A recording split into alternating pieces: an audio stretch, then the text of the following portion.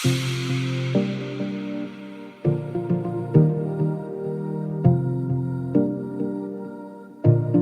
Rubén Santillán, gracias por aceptar la invitación. Titular de nuestro programa Mundo Rubenesco, todo un éxito en nuestra plataforma. Gracias por estar aquí. Adelante. Muchas gracias, Jess. Felicidades por este primer aniversario que auguro que sea por muchísimos más, pero sobre todo contando con la caridad y el cariño de los asistentes que ahora en la modalidad virtual y presencial pues son a los que nos debemos y que nos comprometen a dar contenidos. Pues bien, muchas gracias. Para efectos de ser un poco más estático, he pedido estar sentado, porque cuando doy cursos me muevo mucho y hago trabajar allá producción. Pues bien, efectivamente cuando vemos que habría que proponer un tema de reflexión, me vino a la mente que no es un evento técnico. Sin embargo, pocas veces nos enfocamos en quiénes somos los operadores, los justiciables, los asesores, los consultores, que somos humanos. Y es que, según Maslow, en la pirámide de las necesidades primarias, secundarias y terciarias, las de primer orden son las de la autorrealización, las del desarrollo personal, las que nos dan el éxito junto con las fisiológicas, como el ser querido, amar, desempeñar una relación sexual afectiva o amorosa en cualquiera de sus formas. Y vaya, podría llevarme una escala enorme de ese vértice superior de las necesidades primarias. Y allí precisamente quise encontrar esta tarde el primer señuelo: el derecho a ser feliz, el derecho a tener paz y una salud mental inalterable, guardada las proporciones de que los embates de la vida, como diría la licenciada Lérida, en ese ir y venir de las emociones, de esa sensibilidad, que coincido totalmente con ella, esa sensibilidad a la que te puedes exponer. Yo también decidí estudiar fiscal porque yo no soportaba la cuestión penal o de los asuntos familiares, que me parecía demasiado ácido y demasiado duro. Más bien no teníamos que tener corazón para soportar esa problemática. Y yo dije algo más limpio, algo más transparente, algo, si se le puede llamar, donde mi único rival, si es digno, que sea el Estado. Y también descubrí que en lo fiscal he tenido ese vaivén de satisfacciones personales, profesionales, durante ya casi 30 años, donde he logrado desarrollarme como un profesional. He asesorado a empresas, a las personas que las conforman, a trabajadores, trabajadoras. He estado en casi todo el país experimentando el grado de acidez de las autoridades fiscales, laborales, tributarias. Y una confesión que quiero hacer esta tarde. Aquí donde me ven sentado, yo perdí mi libertad. Estuve preso, y no en México, en los Estados Unidos de Norteamérica, por una felonía que provoqué a una agresión de un policía que me agredió vilmente por un tema de racismo.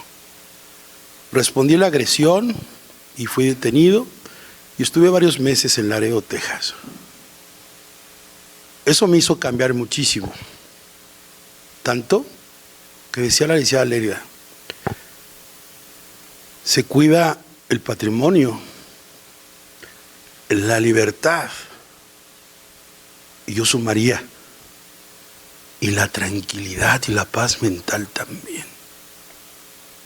No solamente es un tema patrimonial lo contencioso administrativo, no solamente es un tema de bienes, de fierros o de dinero. Sí, es cierto, la libertad, decía el Quijote, es el bien más preciado que tenemos todos. La libertad, pero ¿quién habló de la libertad corporal cuando hay otra que es más importante quizás y que mueres todos los días cuando no estás bien con ella? la paz y la libertad mental. Decía la licenciada, y perdón que le evoque, pero tenía toda la razón, tiene toda la razón. Yo no quisiera estar en un tema penal porque no dormiría y no estoy tranquila, dijo. Y que conste que es una experta que ha conocido esa sensibilidad que nos reflexionó. Y yo digo, ¿qué razón tiene? ¿Cuántas noches he privado a mi cuerpo del descanso merecido por estar soportando la angustia de un cliente que ha confiado en mi expertise, de un crédito fiscal millonario, de tener los dedos en la puerta, esperando que yo sea un santo humano milagroso que ha prometido, quizás en una falsa o cierta expectativa, librarlo de todo mal fiscal? Y mirarlo a los ojos, escucharlo, cifrar su tranquilidad y su esperanza en mí es un gran compromiso. Y no es mi tema fiscal, pero soy alguien el que decidió estudiar para abogar, para intervenir, para defender, para hablar en su nombre. Toda mi vida he sido defensor, he sido multidisciplinario y en los 5 años me dediqué a todas las materias del derecho. Civil, mercantil, pagarés, divorcios, pensiones, arrendamientos, todo lo que se pueda imaginar, soy postulante desde las bases. Y cuando me empecé a especializar dije, yo quiero esto, pero sigo teniendo la misma sensación de que alguien deposita su confianza en mí y ve en mí esa válvula de alivio, esa solución a sus problemas. Y decía, qué mejor sabor de una persona que ha estado privada de su libertad corporal, pero nunca mental. Recuerdo que traía el uniforme naranja. Cuando llegas a la prisión es lo primero que te ponen. Estaba descalzo, miré mis pies, mis manos, estaba esposado al piso con un grillete. Con tanta seguridad yo decía, ¿qué daño les puedo hacer? ¿A dónde me voy a ir?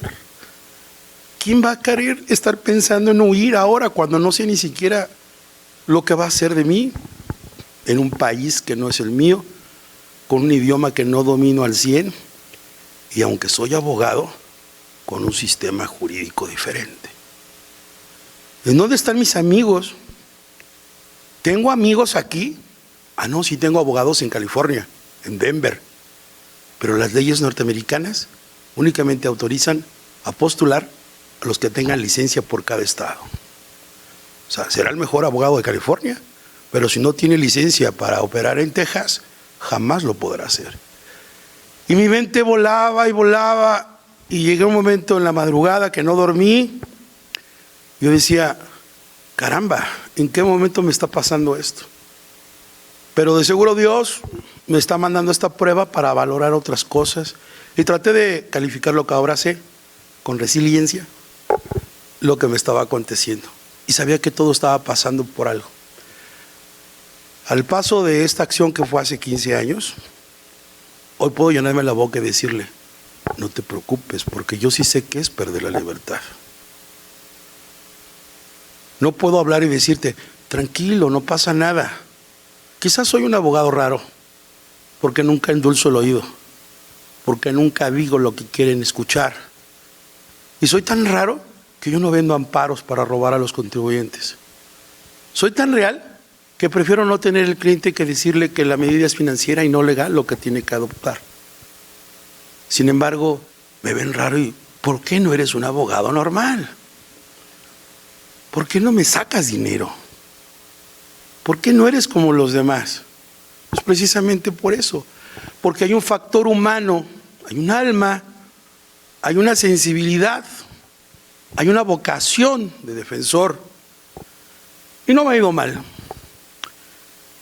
Creo en Dios y las bendiciones han llegado en consecuencia, no como premio, sino como una correspondencia natural de hacer el bien. Hoy puedo, si no dormir tranquilo a veces, no tengo escoltas, no tengo de qué cuidarme, no le debo a nadie, no he hecho mal, nada que pueda ser trascendental. Y les decía que esta conferencia tendría que ser un poco distinta, porque tenemos que enfocarnos al factor emocional, a esa persona que hay detrás, decía, del justiciable, del asesor, del contribuyente, del empresario, del socio, del accionista, el rol que tengamos socialmente. He visto ayer, justo estaba platicando con un cliente que es amigo ahora, nos hemos hecho amigos, a pesar de que fue mi cliente, mis amigos, y me decía, muévele al asunto, lo que tengas que hacer. Hicimos un pago bajo protesta, era un crédito, él había omitido algunas obligaciones, un tema de discrepancia fiscal, una cantidad fuerte, y yo le dije, mira, solamente hay dos caminos. En justicia, eres culpable. En legalidad, la moneda está en el aire, y de eso me encargo. Pero alguien que se jacta de ser serio, cuando postula, nunca garantiza el éxito al 100%. Cuando tú escuchas a un abogado que te dice, yo te lo saco, yo lo gano, es el primer momento para dudar de la seriedad y la responsabilidad de lo que está asumiendo. Porque diría Piero Calamandrei, un procesalista italiano del siglo XX, él decía, no habrá que se llama el proceso como juego, que en el proceso no gana el que tiene la razón, sino el que es más hábil. Y en el proceso de una contienda se van moviendo muchísimos factores, pareciera que es azar, pero a veces se ganan juicios no por justicia, sino por legalidad. Y la ley, aunque sea la ley, como dirían los griegos y los romanos, no necesariamente también es justa. Me ha tocado defender gente que después descubrí que se robaba el IVA o las retenciones, y por alguna falla de los abogados tributarios ganamos los juicios por legalidad. La suerte estaba echada y gané por legalidad, por deficiencias en la defensa de ellos. Y yo le decía al cliente, sabías que ese dinero no era tuyo, que tú dispusiste de él y yo te defendí. Y encontraba unas respuestas para mí después de esos discursos de lo que ahora está de moda o boga, la ética y los valores. Yo no he vendido una sola factura en mi vida y me sé todo el ABC 1, 2, 3 y todos los recovecos para hacerlo. Controlo, me dedico a esto. ¿Y cuál es esa distinción entre querer hacer, poder hacer y decidir hacer o no? La ética, los principios, los valores, que a veces, como diría Gabriel García Márquez en su obra de Memoria de mis putas tristes, a Rosa Cabarca, le decía, Gabo, la moral también es cuestión de tiempo.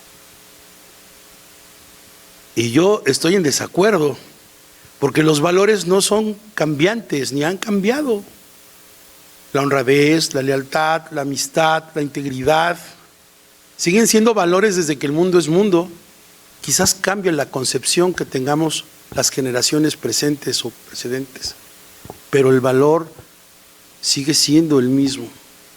Entonces, cuando vi que mi función como abogado era moverme en la línea de la legalidad y que la justicia era una utopía, y lo es, y que difícilmente puedes encontrar en un éxito contencioso haber ganado con justicia y legalidad, quizás ese sea el premio mayor en satisfacción profesional.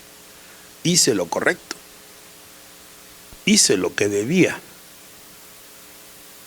Y es una danza de emociones en las que empiezas como asesor, como defensor, como abogado en el tema fiscal, a ver que por un lado el Estado no es sensible, el Estado es violento, la fuerza pública está legitimada para el Estado para hacer cumplir sus determinaciones. Es de orden público e interés social, reza el adagio con el que disculpa sus acciones. Y usa la fuerza, la violencia legitimada para hacerlas cumplir. ¿Y el contribuyente qué le queda? Decía don Luis, ¿hacer planeaciones fiscales? Ya no hay.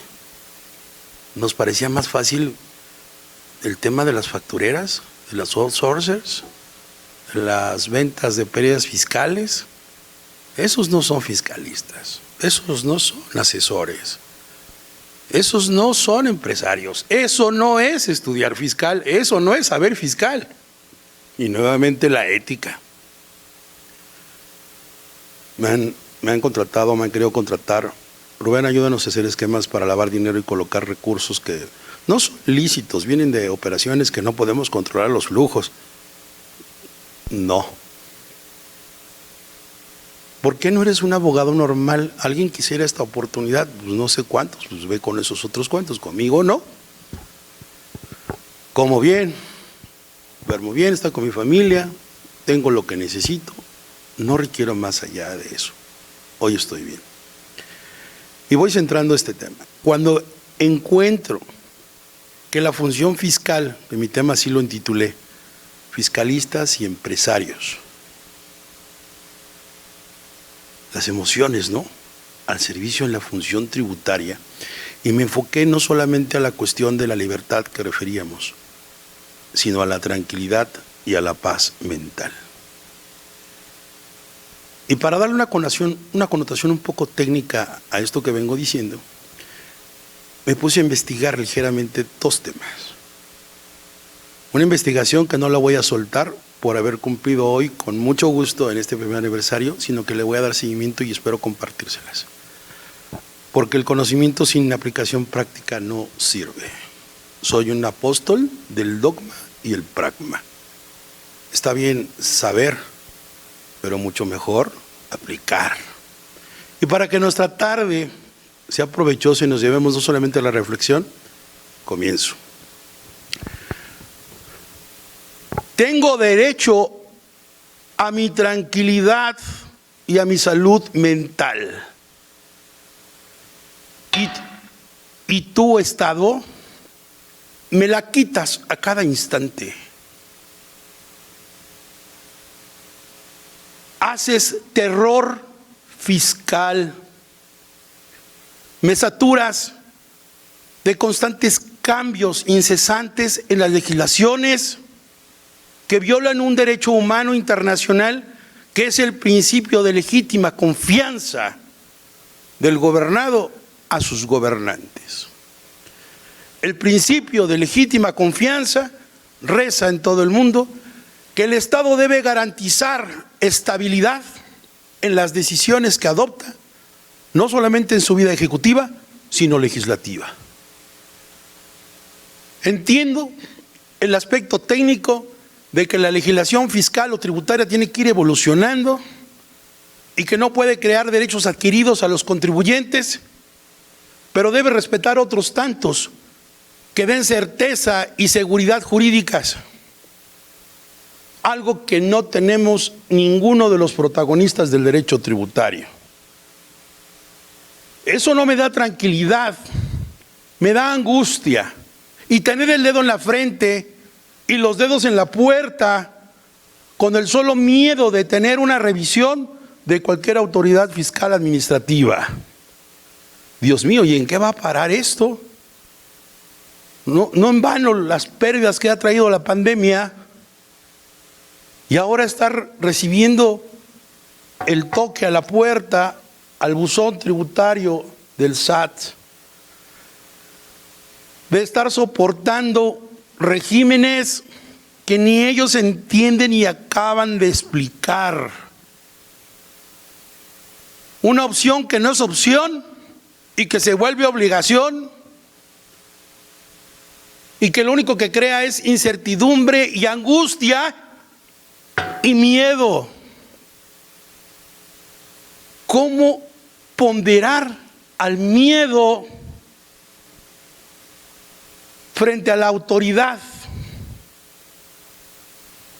Debo tener un derecho humano a no tener miedo. El miedo altera mi tranquilidad y mi salud mental. Y comencé diciendo de Maslow, si yo no tengo tranquilidad y el estómago satisfecho y mis planos personales, familiares y sociales homogéneos, no es una vida feliz.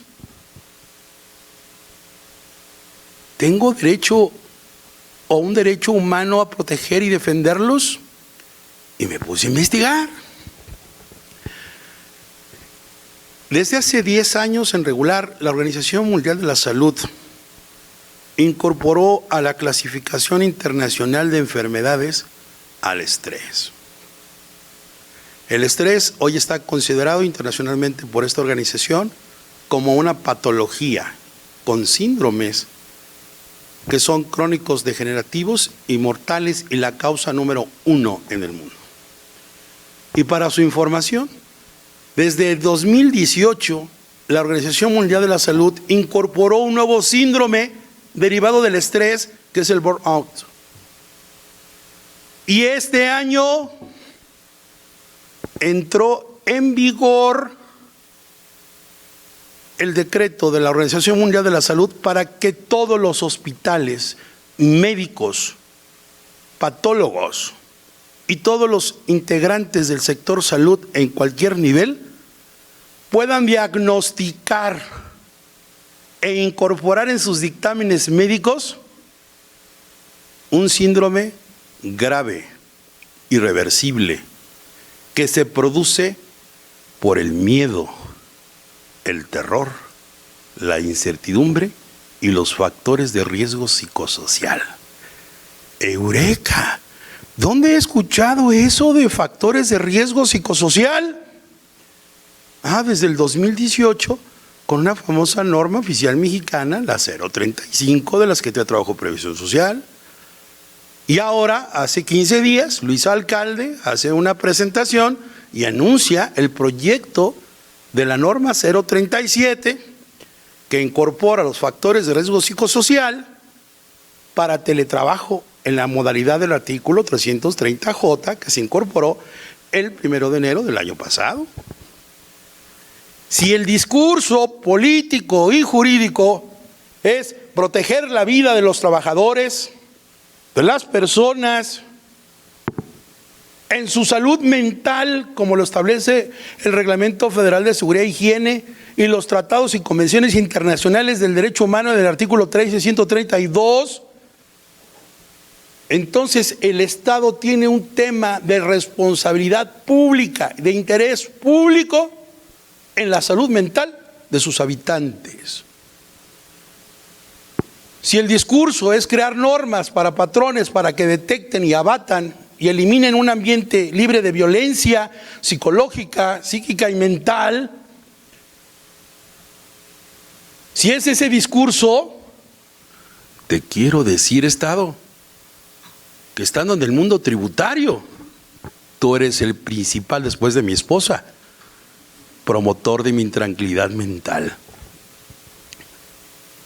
No duermo tranquilo porque tengo que presentar declaraciones provisionales de pagos provisionales y ahora ya el juego de las anuales, marzo, abril, con un sistema de prellenado, con un sistema tecnológico deficiente, incierto para su operación. Y nos decía la licenciada Lega, con unas multas exorbitantes y que se acumulan. El negocio de las multas. Eso genera terror y miedo. Rubén, ¿estás diciendo entonces que el Estado es un principal promotor, generador del miedo? Sí. Y el miedo es uno de los primeros síntomas de afectación en el estrés reconocido en la Clasificación Internacional de Enfermedades Degenerativas y Mortales. Sí. ¿Y me estás diciendo que para 2022 se incorporó una nueva clasificación de enfermedad derivada de, que es el burnout? Sí, que es el síndrome del quemado o el agotamiento mental por exceso de trabajo y preocupaciones laborales. Sí. Entonces, ¿Qué hago con toda esta emoción para poder sacarle provecho? Sigo mi investigación y le empiezo a dar cauce. En el 2005 entra en vigor la Ley Federal de Responsabilidad Patrimonial del Estado. Y dice, esta ley se basa en lo dispuesto por el artículo 113 de la Constitución y trata para que un ciudadano, un gobernado, por la actuación del Estado, le cause una afectación en sus bienes o en sus derechos, por una actuación irregular. Y dije, qué belleza de cantina, va tomando sentido. ¿Será acaso que la ley de responsabilidad, Ley Federal de Responsabilidad Patrimonial del Estado contempló en su momento la afectación a ese derecho humano que tiene que ver con la emoción y la salud mental? Legislativamente podríamos proponer un silencio legislativo, una omisión legislativa, porque laguna no es, ambigüedad no es. Técnicamente podría ser lo que ha estado de moda en algunos años, omisiones legislativas. El silencio es cuando el legislador sabe que lo tiene que escribir y no lo escribe porque guarda silencio y no lo regula. Pero cuando existen las omisiones en derecho parlamentario, cuando existen las omisiones legislativas, significa, hey, no contemplaste un fenómeno actual que debiera estar contemplado. Porque los derechos humanos, desde el 2011, que tienen una visión garantista de supremacía en la Constitución, y que de cierta forma son los que reconozca el Estado mexicano, por aquella jurisprudencia que contradijo esta situación, existen otros derechos humanos que, aunque no estuvieran en la Constitución o popularmente conocidos, no dejan de ser derechos humanos que podemos recoger de tratados y convenciones internacionales. Tan es así que por eso hoy la defensa fiscal debe ser propositiva, no por inconstitucional, sino a veces por inconvencional. Una nueva visión donde defender un derecho o que el Estado lo reconozca parte de ese derecho humano que no es boga, simplemente que no lo tenemos detectado, que no lo hemos explotado. Y don Luis tenía toda la razón. ¿Qué estamos haciendo los operadores, las autoridades, los abogados postulantes? No estamos haciendo nada porque no exigimos. ¿Saben por qué hay factureros? ¿Saben por qué se roban el IVA? ¿Por qué hay retenciones? Por un solo tema. Porque si hoy el legislador y las autoridades permitieran verbigracia la deducción al 100% de los pagos de nómina en la fracción 30 del artículo 28 de la Ley de Impuesto sobre la Renta, ¿qué permitiría? Pues que yo pueda deducir mi nómina al 100%, pero como no la puedo deducir cuando mis trabajadores tienen ingresos exentos, tengo que prostituirme y salir a buscar la forma de lograr una deducción al 100%. Por eso hago planeaciones, por eso busco que es mejor deducir un servicio que una nómina que está limitada. ¿Y cuántos hemos hecho amparos? ¿Cuántos hemos hecho solicitudes para mover ese artículo 28, fracción 30? ¿Cuándo nos hemos manifestado? ¿Cuándo hemos hecho amparos? ¿Qué hemos hecho para lograr? Hay 2 iniciativas nada más en el Congreso y no han avanzado porque somos pasivos, porque no tenemos ese quehacer para provocar el acto legislativo. Y decía, fiscalistas y empresarios, estas emociones en la función tributaria parten precisamente de eso. Cuando tú no tienes estabilidad mental, porque no tienes la salud adecuada, porque no tienes las cosas que te permitan el derecho a ser feliz, así comencé diciendo, el derecho a la felicidad, claro que tiene que ser un derecho humano. Claro que ustedes dicen, no, ¿Cómo voy a reclamar derecho humano a la felicidad? Claro que sí. El Estado se erige para respetar el derecho de los gobernados. Los griegos lo decían, una república amorosa, el amor como filosofía del Estado para sus gobernados. Hoy, en el sector tributario, considero que los contribuyentes, ni los asesores, ni quienes estamos rodeados de esta función, tenemos tranquilidad. Y nos incluimos los asesores por dos razones. El artículo 197 y el artículo 198 del Código Fiscal de la Federación establecen multas, respectivamente, para aquellos contribuyentes o asesores que no revelen esquemas reportables. Y en la responsabilidad solidaria, en el artículo 26 del Código Fiscal, también se establece que hay responsabilidad no solamente para directores generales, sino síndicos, ¿verdad?, y cualquier otro tercero con ellos relacionado. Y obviamente esos terceros somos nosotros, los abogados, los contadores, los consultores. Y si seguimos con esta escalada, en materia penal también somos responsables todos. Así que el derecho humano no solamente es del contribuyente, sino también de los que estamos en la función tributaria. El derecho humano al amor, el derecho humano a la felicidad, el derecho humano a tener una salud y paz mentales, que el Estado no está cumpliendo y que debiéramos exigirle esas consecuencias que produce no tenerla. ¿Cuál es la consecuencia? En el peor escenario, la muerte.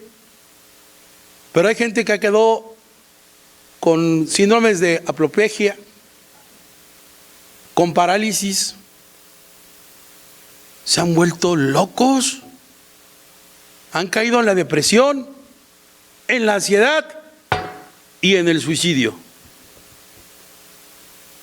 Lo dijo hace rato la licenciada. Gente que se ve amenazada al haber perdido su patrimonio, la relación marital, el patrimonio de los hijos y las autoridades indolentes, frías, porque se ha perdido también esa sensibilidad. Y eso es un tema que, paralelo al derecho fiscal, se puede vivir en otros escenarios. En un divorcio, en una guarda y custodia de los hijos, en una sucesión testamentaria, donde se han dado con todo. Padres peleando con sus hijos, los hijos como hermanos destrozándose, los esposos que alguna vez se amaron odiándose,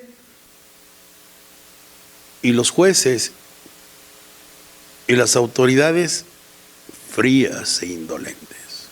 Y la función del Estado, pasiva, articulando lo que la ley permite. Pero es que la ley no contempla las emociones. La ley no frena la ira y el encono.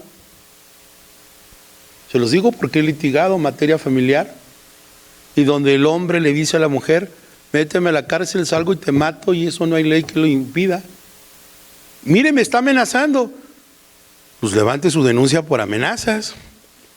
Y las amenazas no proceden sino hasta que alteras el curso normal de tu vida. ¿Dónde queda el papel de la ley? ¿Dónde queda el valor humano de juzgar? No soy presbítero, ni pastor, ni sacerdote, ni es la misa de los domingos. Pero les decía que era una reflexión diferente.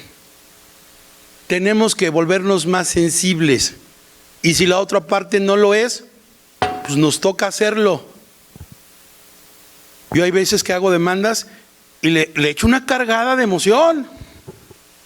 O cuando voy con el magistrado o con el juez y le pido alegato de oído, 5 minutos para que me escuche, y le toco el lado del corazón si es que tiene. Hay gente que nada más Sí, que pase para cumplir su función. Dígame, abogado. Oh, pues fíjese. Ok. Tomamos nota, se resolverá y está a sus órdenes.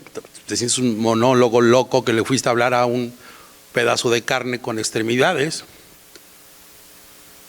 Pero cuando ya sucedieron los hechos fatales, que perdiste el patrimonio, la libertad, que ya el esposo ya mató a la mujer o a los hijos, ¿ya qué puedes hacer? Entonces, se me nubla la vista y la garganta, ¿no?, de pensar de que somos parte de un sistema judicial y autoritario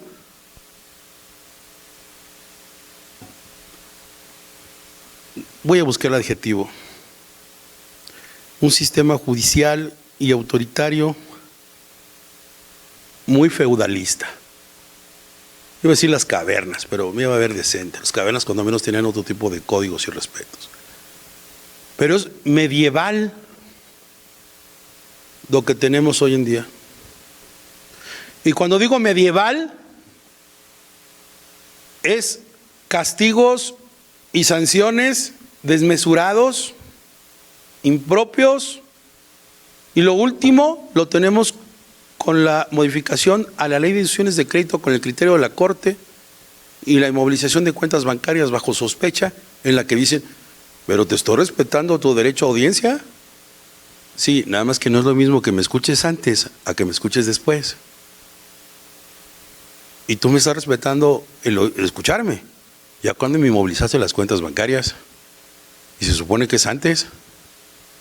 No, pero se te está respetando tu derecho. Nuevamente esa indolencia, esa cuestión legaloide. Y voy concluyendo este tema. ¿Qué es lo que puedo y no controlar? ¿Qué depende de mí y qué no? Ese es un principio estoico y filosófico. Es uno de los basamentos de la felicidad. Hace rato decía también la licenciada, y lo cito a los dos porque fueron maravillosas sus exposiciones. Cuando no sabes, eres feliz. Y es que la ignorancia suele ser la base de la felicidad. Entre más sé, más infeliz soy. Y se los juro que sí, y no es porque sea un sabio. A veces quisiera que hubiera escuelas para desaprender,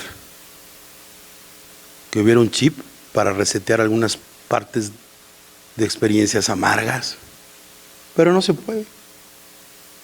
Ya la CIA, Agencia Norteamericana de Investigación, lo hizo en los años 50. Les daba shocks eléctricos a las personas para borrarles la mente. De hecho, hay un libro que se llama La teoría del shock, de Naomi Klein, y narra esta práctica para que ustedes lo puedan ver. Lo pueden buscar en YouTube, hay un video que dura 7 minutos. La teoría del shock dice, si tú logras a través del miedo y del terror colapsar al gobernado, es el momento perfecto para infundir las políticas que quieres que adopten. Porque mientras el cuerpo humano está en shock, es vulnerable a esclavizarlo. Eso fue una teoría de Milton Friedman, premio Nobel de Economía. La teoría del shock revela eso. El terror fiscal, partiendo de la teoría del shock, es infundir miedo. Te voy a fiscalizar, vas a ir a la cárcel, vas a ver, estoy atrás de ti y vas a perderlo. Y hazlo, y si no te multo. Y es todos los benditos días lo mismo. Y como diría Cuarón, quien edita este video, la ignorancia es el principal ingrediente para que el shock funcione. Una mente preparada, una mente informada, se resiste al cambio con conocimiento. Por eso, no hay duda de que si la ignorancia es la base de la felicidad, Pues sí, si no sabes qué pasa si compras o vendes facturas, si no sabes qué haces cuando le robas identidad a una persona, que yo escuchaba la versión de la licenciada Lérida de esta mujer, que la utilizaron, ¿no?, para facturar, y yo me quedo como abogado. ¿Y las cuentas bancarias? ¿Y dónde depositaron el dinero? ¿Y con qué otro fin era? Si era para deducir. O sea, no nos contó esa parte.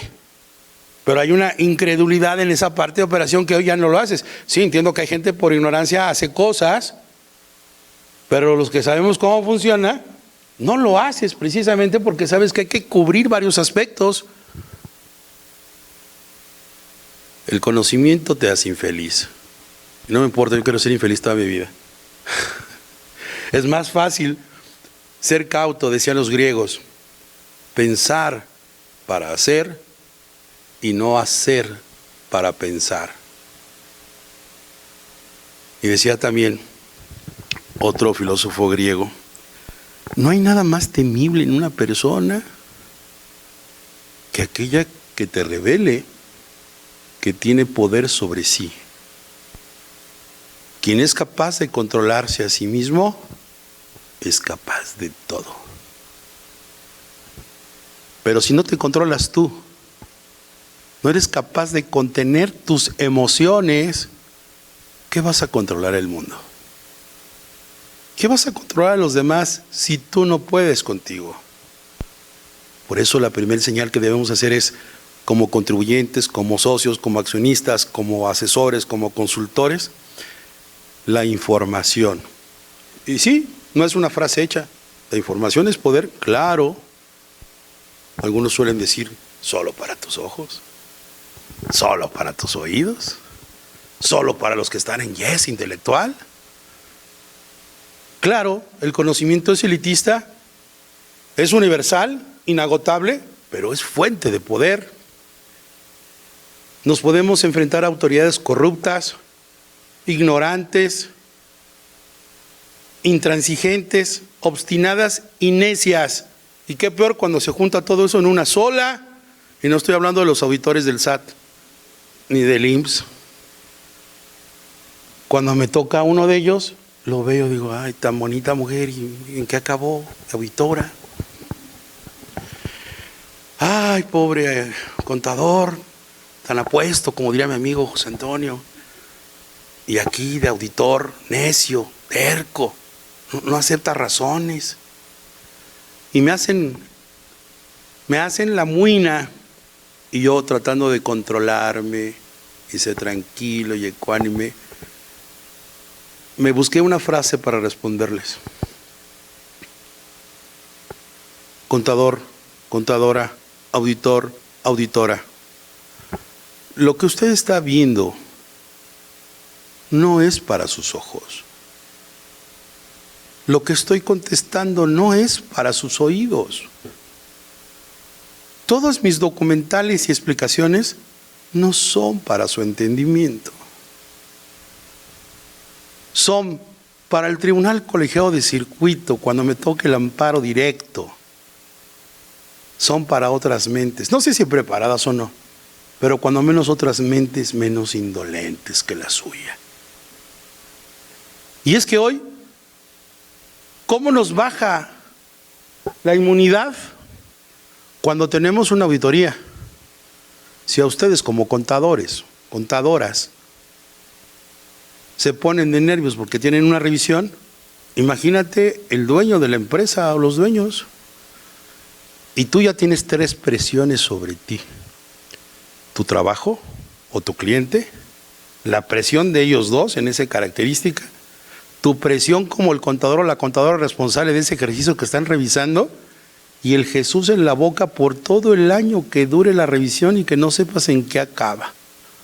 Dice, yo aquí al último, si veo que se pone color de hormiga, me aviento del barco, renuncio del cliente y dejo el problema, ¿no? Antes de que me corran. Y cuando te das cuenta, entonces, por eso los contadores y las contadoras viven muy poco. Por eso se enferman. Por eso de cada 10 les dio a 15 COVID, porque el sistema inmunológico bajó. Y es que, lo he dicho, la sustancia, la kriptonita del sistema inmunológico es el cortisol Es una hormona que en desmedida se genera cuando hay exceso de estrés. Y la única fórmula que contrarresta el cortisol es la felicidad con la oxitocina. Por eso yo hago el amor 3 veces al día. Bueno, quiero decir, pregono el amor en todas sus fases. Buenos días, señor Sol. Buenos días, aves que cantan, ¿no? Hola, hermanos animales, ¿cómo están? Dame un abrazo, dame un beso. Te quiero. Escuchar música. A veces ustedes dirán, suena ridículo.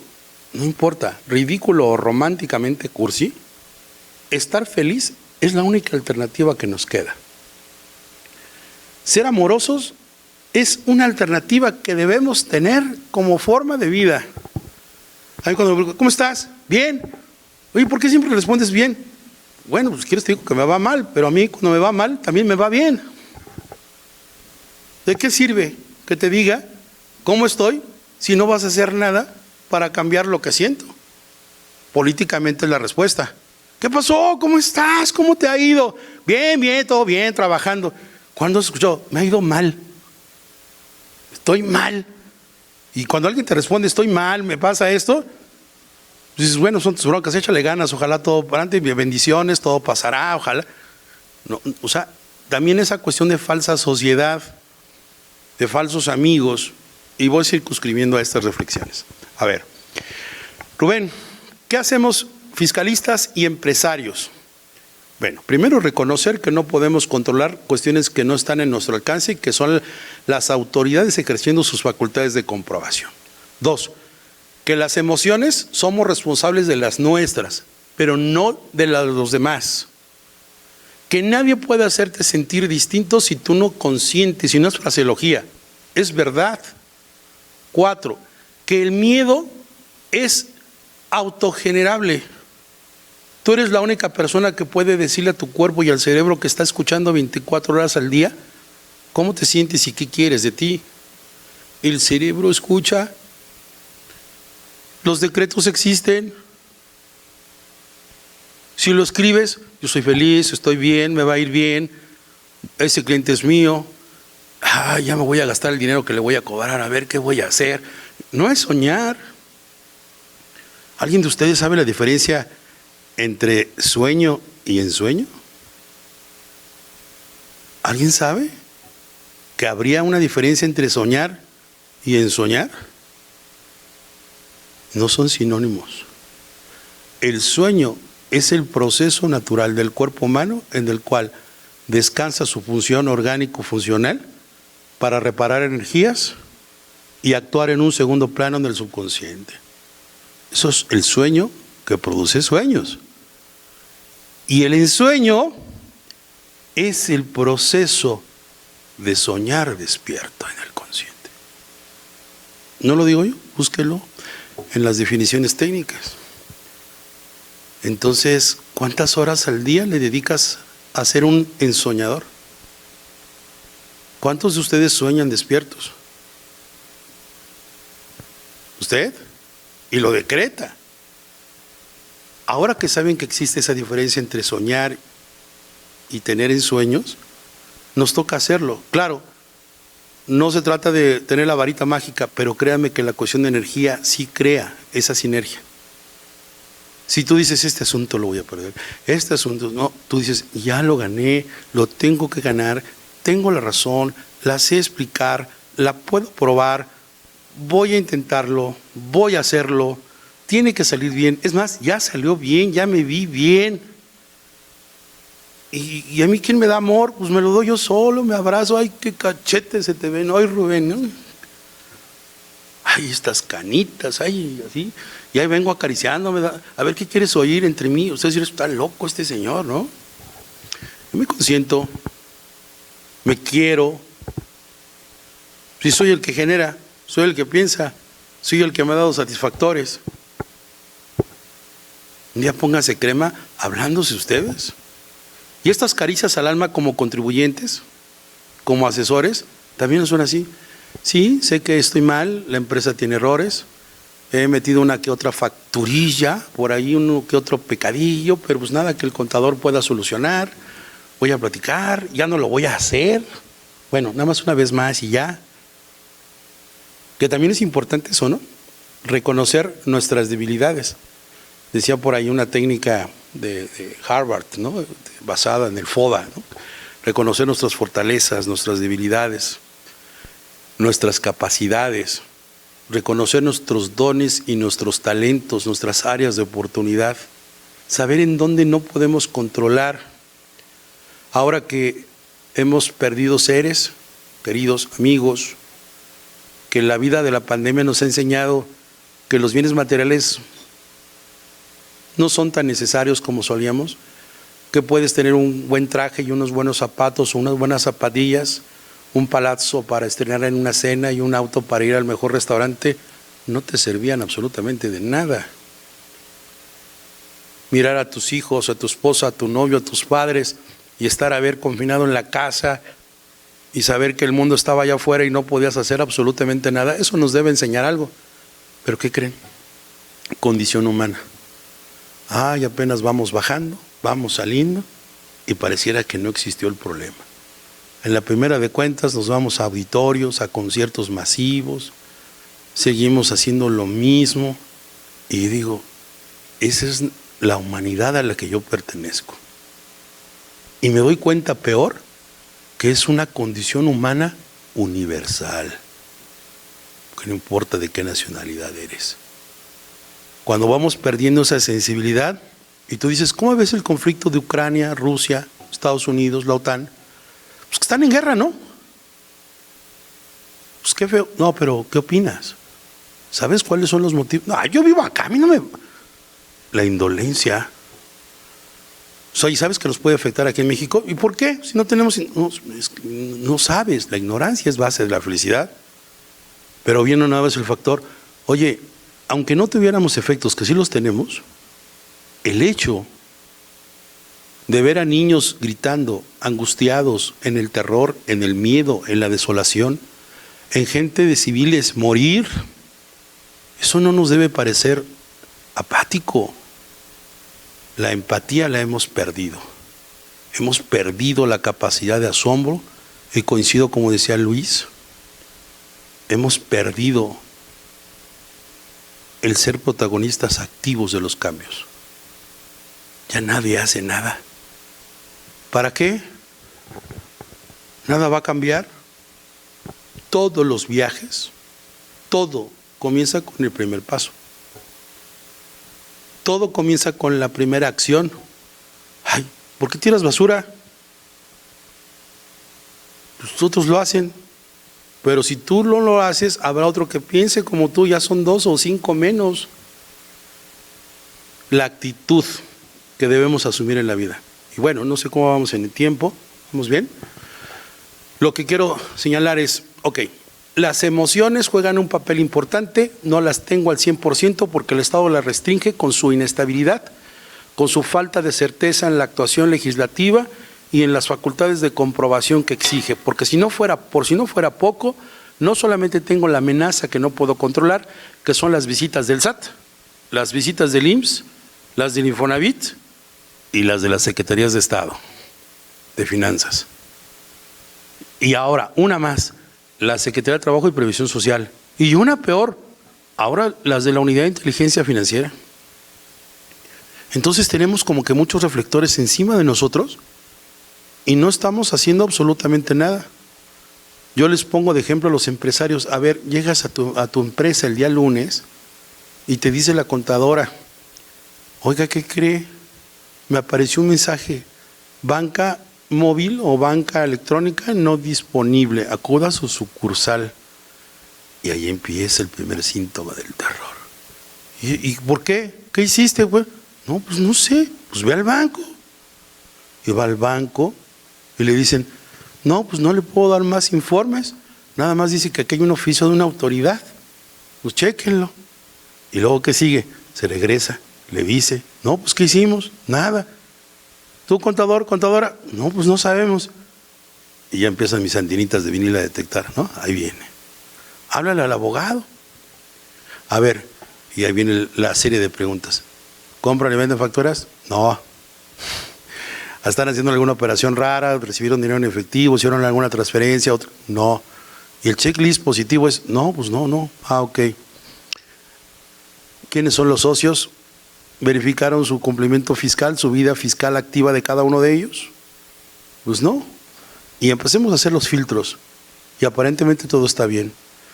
Nos queda el amparo. Vamos al amparo, pero para estas alturas ya voy casi en 2 o 3 días, ¿eh? Y tenías que recibir pagos, o tenías que dispersar la nómina, o hacer pagos. Llega el abogado y te dice, el amparo. ¿Y cuánto nos cobra el amparo? Y ahí viene el primer descalabro que no tenías contemplado. Segundo, ¿cuánto tiempo tarda? No, pues nos va a llevar a lo mejor, de que la suspensión, unos 15, 20 días. Y si no la conceden, pues vamos a seguir igual. ¿Y qué vamos a hacer? Pues nunca pensaron. Y cuando haces el amparo, te dan la suspensión, te dice, pues es que es un oficio de la UIF. ¿Y de qué? Pues si nosotros no lavamos dinero. Ah, pues a lo mejor no te diste cuenta que uno de tus protagonistas hizo algo mal en otro lugar y ahora por sospecha, su solo nombre está en la lista y donde aparezca el nombre de esa persona en los bancos, pues, inmovilizan las cuentas bancarias y vas a ejercer tu derecho de audiencia en cuanto llegue. Ese caos empieza a alterar el clima laboral, el clima personal de los accionistas, la sensibilidad del contador o la contadora de la empresa, y no tienes dinero para pagarle a los trabajadores. ¿Y la de dónde vas a sacar? En el mejor de los casos, a lo mejor uno de los socios saca de su dinero para pagar la primera quincena o la semana, pero ¿va a aguantar todo el proceso de angustia? ¿Por qué? Porque no tuviste la función de prevenir, de no administrar lo que podías o no controlar. Y ese miedo empieza a alterar todo porque los clientes empiezan a enterar que estás mal. Oye, no me acepta el pago, me lo rechazó, o ya te deposité, emíteme la factura. No, ¿qué crees? Es que me omisaron la cuenta y ahora tengo la restricción de los sellos digitales. Y lo que nos contó la abogada, bueno, la contadora creo. ¿Es contadora o abogada? Abogada. Es contadora de historias, quise decir. Contadora de historias de Prodecon. Abogada. Entonces, bajo esa circunstancia, el terror nuevamente vuelve a invadir. Y cuando hablo de terror, no hablo de la acción del terrorismo fiscal, que es esa acción del Estado de estar acosando y atormentando a los contribuyentes, sino la acción del terror que implica toda la incertidumbre que se origina en la empresa. Y nosotros, las personas, estamos siendo lastimados nuevamente en ese tema de la salud penal. ¿Qué hacer entonces? Ya sé, Rubén, que tengo ese derecho, que lo puedo encaminar ante las autoridades. ¿Crees que el respetar y saberlo, eso me va a quitar el sueño, me va a quitar la angustia, me va a dar la tranquilidad, me va a devolver la paz?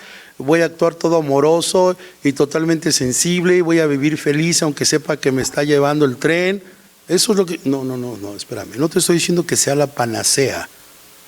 Simplemente que todo parte de una cuestión de actitud y número 2, de una cuestión de actitud y de un tema que puedes controlar que es tu salud y el miedo. El miedo se genera por quien lo produce. Si tú mismo dices, no debo tener miedo, pues quítate el miedo, ponte a estudiar, investiga, porque cuando ignoras algo, pues y una cosa es ignorar algo y otra es que sabiendo que tienes derecho a algo, alguien no te reconoce ese derecho. Ese es otro tema. Eso ya es impotencia. Eso ya es una cuestión de legalidad. Y también investigué en esa línea, que ahí voy.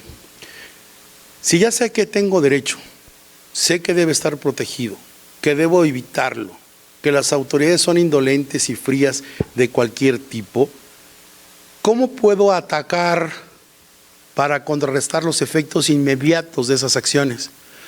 Pues bien, les quiero decir que el artículo 114A y B del Código Fiscal de la Federación, les dije que era una conferencia así como mezclada, ¿no?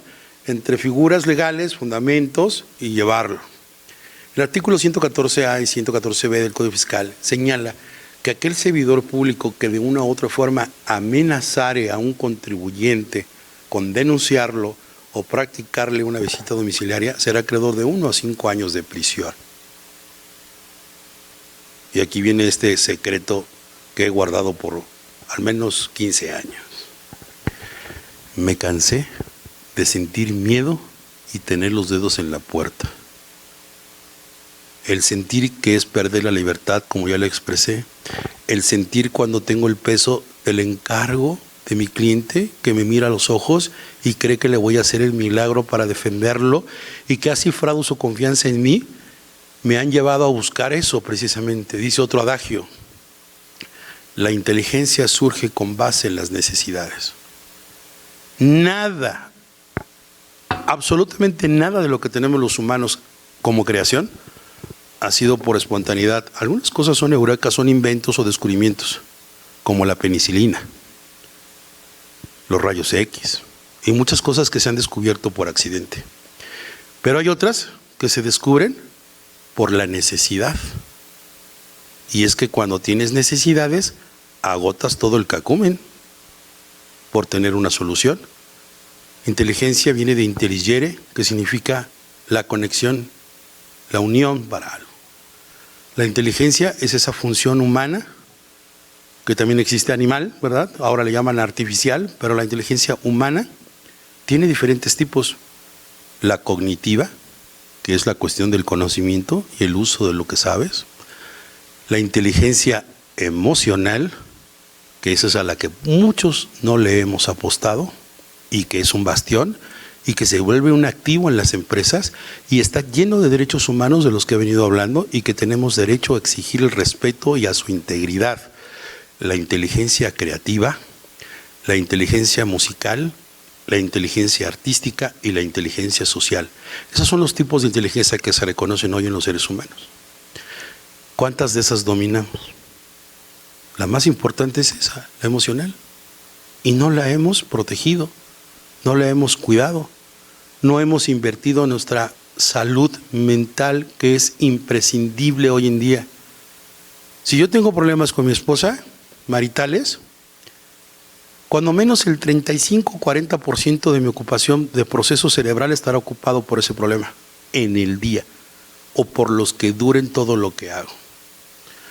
Si tengo un problema con mis hermanos o con mi hijo, que descubriera que mi hijo consume algún estupefaciente o alguna situación, me absorbe el 50-55. Son estudios que le estoy diciendo.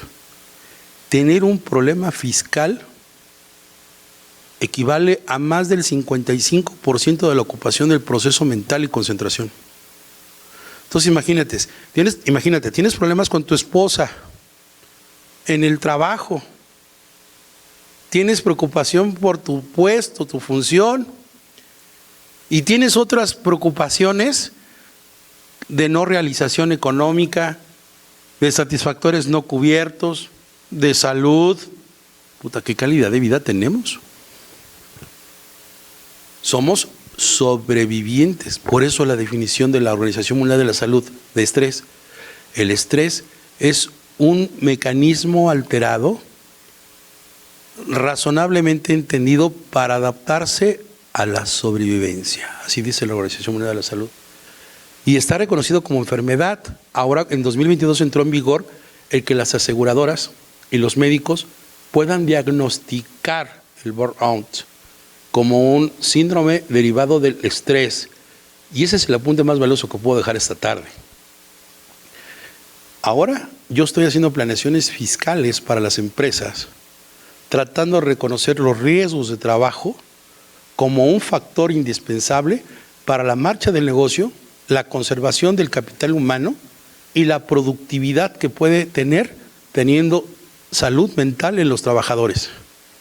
Si la norma 35 y la norma 36 y 37 tienen ese discurso y está vigente en día, tan es así que hace unos días, les digo, la secretaria Luis Alcalde hizo mención del proyecto de reforma o de complemento a esta norma, que del decreto de la reforma laboral pasada, del año pasado, se dijo que tenían un año para emitir las reglas de factores de riesgo psicosocial en el teletrabajo. Por eso es que se hizo el anteproyecto. Si estamos viendo todo eso, entonces tenemos un área de planeación fiscal en las empresas. Dotar de herramientas de apoyos, de encaminar a tareas que restituyan la salud y la paz mentales de las personas como un activo. Si nosotros logramos darle valor a las personas, a los socios, a los accionistas, a los trabajadores, con todo este marco regulador de las normas oficiales mexicanas y el discurso internacional y las declaraciones de convenciones internacionales que les vengo hablando de la Organización Mundial de la Salud con vigencia en 2022, creo que hay un área de oportunidad por explotar y que tenemos de dónde partir y de dónde cortar y dónde exigir a las autoridades. Yo les decía, el artículo 114A y B del Código señalan esta obligación. El Código Fiscal, de que no me puedes amenazar y es un delito. Número 2, la Ley Federal de Responsabilidad Patrimonial del Estado para reclamarte una afectación en mis derechos. Y aunque no dice por una afectación de daño moral o daño mental, podemos reclamarlo a través de una omisión legislativa para provocar que se adicione este campo en que el Estado también produce afectación psicológica. Si está reconocida la violencia a las mujeres, económica, psicológica y física, ¿por qué no habría de existir la misma para un contribuyente que se ve afectado en su razón y en su paz mental por una negligente intervención de las autoridades con una consabida proyección de terrorismo que nos hacen todos los días? El tema del beneficiario controlador, ¿qué más absurdo? ¿Por qué me dejas una tarea que te toca a ti? ¿Qué no acaso desde el 2005 los contribuyentes tenemos derecho a no aportar la información que ya obra en poder de la autoridad? Si te interesa saber quién es el controlador y mis negocios, debo decirte que de clientes y proveedores tienes el acta constitutiva, tienes los poderes, tienes las declaraciones, sabes quiénes son las firmas electrónicas autorizadas para suscribir las declaraciones o las operaciones. No me dejes a mí tu tarea. Estás violando ese exceso de la función pública delegada a los particulares. Ese sistema de hacerme responsable a mí para ser retenedor de las contribuciones para ayudarte a ti, Estado, sin ninguna retribución, más que el tener más cargas, estar enterando lo que he retenido, ese es trabajo tuyo. Que no tengas la infraestructura, la capacidad para estar atrapando a las personas físicas que tienen ingresos y colmar de responsables solidarios en términos del artículo 1, fracción 26 del Código a las personas o personas jurídicas que tengan operaciones, el sistema de retención debiera ser ilegal, porque esa es una función delegada en una empresa que no recibe nada a cambio por hacerlo en la función recaudadora. Y ponerlo como requisito es un abuso, es una medida draconiana. Draco era un legislador romano que era caracterizado porque las sanciones que establecía en ley eran demasiado excesivas. Draco, ahora se dice que una medida es draconiana en alusión a ese legislador romano, donde por tomar un jitomate lo mandaba a matar. Por eso las multas deben ser graduales, no deben ser confiscatorias, deben ser razonables conforme a 22 de la Constitución. Y hoy lo que tenemos es eso, una colección de amenazas, de situaciones en las que la autoridad está a merced de lo que le pida el órgano superior, el presidente de la República, que si bien es cierto no incrementan las tasas, no hay nuevos impuestos, pues vaya, no es necesario cuando tienes el ajusticiamiento por la vía de la fiscalización represiva. ¿No? Bueno, para concluir, estamos bien en tiempo, ya estamos en la parte final, muy bien. Lo único que quisiera hacer es, en la parte, para cerrar este tema, les decía, aprovechar que la salud mental es una forma para poder establecer un área de oportunidad profesional en la que podemos reclamar esta función. Que no estamos perdidos y que no nada más es una conferencia de vocaciones, sino reconocer que el cuerpo humano tiene en su función biopsicosocial muchos factores que determinan su proactividad y su productividad. Que una persona que es infeliz, que no está tranquila, que tiene problemas judiciales con cualquier autoridad, merma su derecho humano a tener esa salud que todos debemos tener. Es cierto que no podemos estar en blanco, que no podemos tener las emociones limpias. ¿Saben ustedes cuántas emociones hay reconocidas clínica y médicamente? ¿Cuántas emociones conocen ustedes? ¿Cuántas conocemos? Porque me puse a estudiar y descubrí que estaba ignorante. El miedo, la tristeza, la alegría, la euforia, ¿sí o no? La tristeza, el miedo, el llanto, lo feliz, lo contento son emociones. Hay 450 emociones. Quien guste le comparto la lámina. Yo dije 450. Ahora entiendo, a mi suegra pasa por todas todos los días. O sea,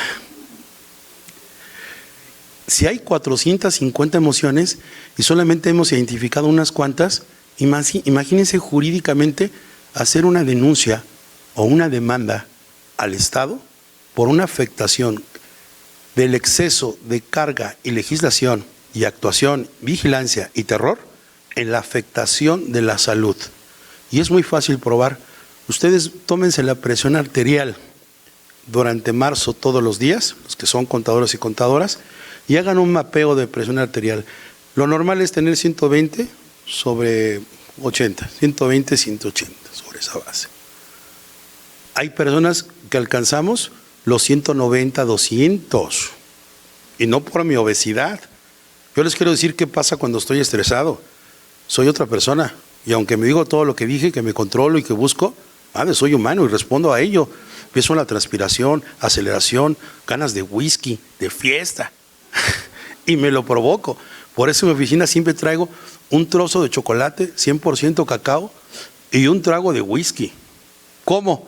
Al momento de bajar, la alegría, la euforia, la válvula falsa, escapa y soy feliz. Justo como ahora, en que les agradezco su atención. Quedo a sus órdenes. Muchas gracias.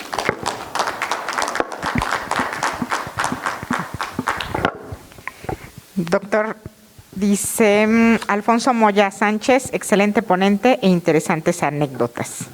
Miguel Ceballos, excelente participación al compartirnos experiencias vividas que nos invitan a abocarnos al cumplimiento de nuestras obligaciones. Saludos. Valenzuela Urias Marcelo dice, ¿algún libro que nos recomiende referente a todo el tema? Bueno, sí hay varios. Hay varios, les puedo mandar algunos títulos, por supuesto. Ahora, sería Meditaciones de Marco Aurelio, sería el primer libro que yo recomendaría. La República de Platón, para empezar. Ya lo demás se va haciendo colección. Yo creo que esos dos libros nos ayudarán a entender muchísimo.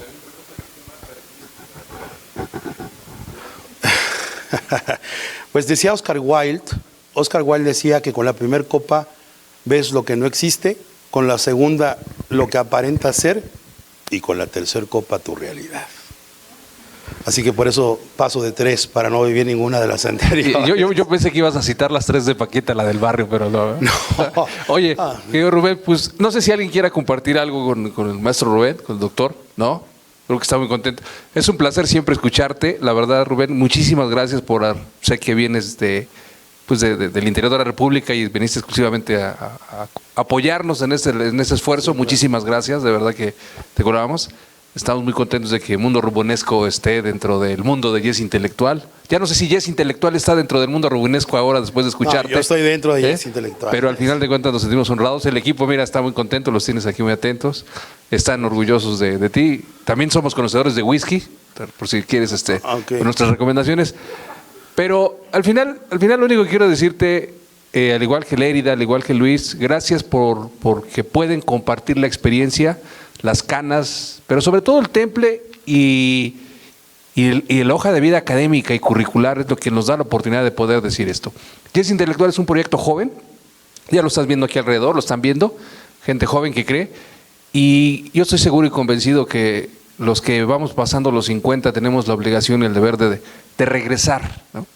Yo sigo insistiendo que este país solo va a cambiar si entramos a la acción, pero desafortunadamente no todos podemos, pero los que podemos debemos hacerlo, y ese es el ejemplo, ¿no? En Yes Intelectual aquí, platicaba yo con nuestro vendedor y nos decía, híjole, qué pena, que me hubiera encantado tener aquí esto lleno.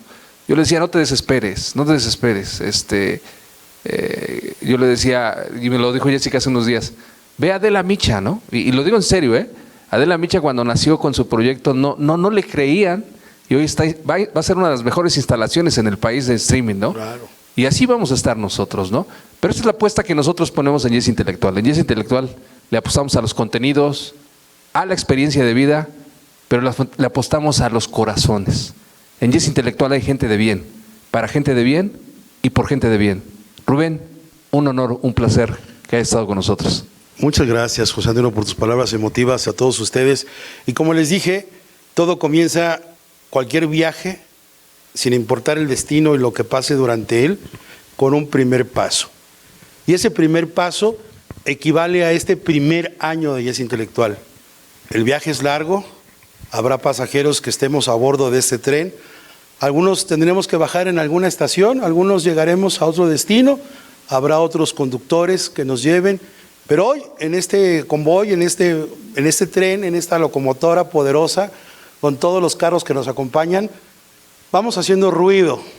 Y no porque estemos vacíos, porque el ruido es el latir de nuestros corazones. Apuéstenle al amor, apuéstenle a la felicidad, que teniendo fuerzas esas dos cosas, lo demás es como si fuera la nada. Felicidades en este primer año. Muchas gracias. Antes de despedirnos, este mensaje es: el gracias hoy no me alcanza. Este primer año, decirles que ha sido fácil sería mentirles. Pero nuestro emblema es estar unidos y estar juntos. Todo mi equipo,